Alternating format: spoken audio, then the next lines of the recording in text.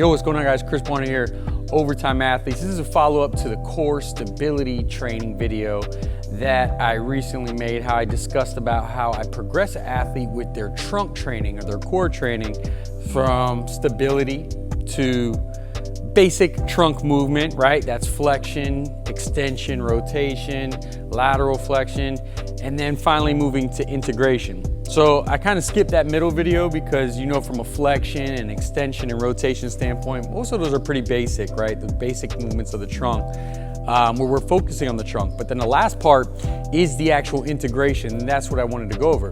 Now, when we're referring to integration movements of the core, you can have anti-movement and actual regular trunk movement, like the extension, flexion, and rotation. What I mean by that is, for instance, you can have an anti-movement paired with a squat, right? So we have a club bell here.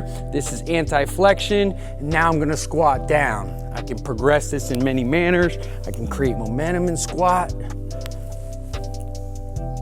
Boom, so that's anti-movement paired with an actual lower body movement. Again, the whole thing is to focus on transference of energy. To have movement paired with another movement, say for instance, we can go a rotation with a lunge. So we can come here, go rotation with the lunge. And from this, there's a million movements that you could do with flexion, extension, rotation with your upper and lower halves.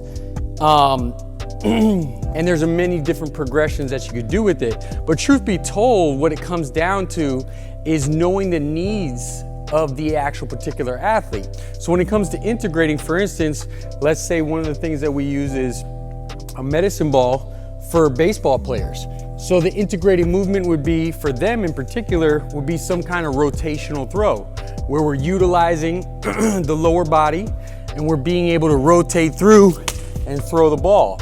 Another thing would be on a cable, be some form of a wood chop, where we're going from a lateral lunge, basically in the lower half, shifting our weight and rotating with it, because that directly translates over to that athlete's needs for their particular sport. So when it comes to integrated movement for the core, we can come up with a slew of exercises for the athlete and throw them all kinds of different stuff to work their trunk with any kind of upper body, lower body, plank variations. But really what it comes down to is knowing the needs of the actual athlete and programming around that of what they'll actually face, and being able to load in the upper and lower halves to efficiently transfer energy through the core to make them a better overall athlete. So I hope that helps.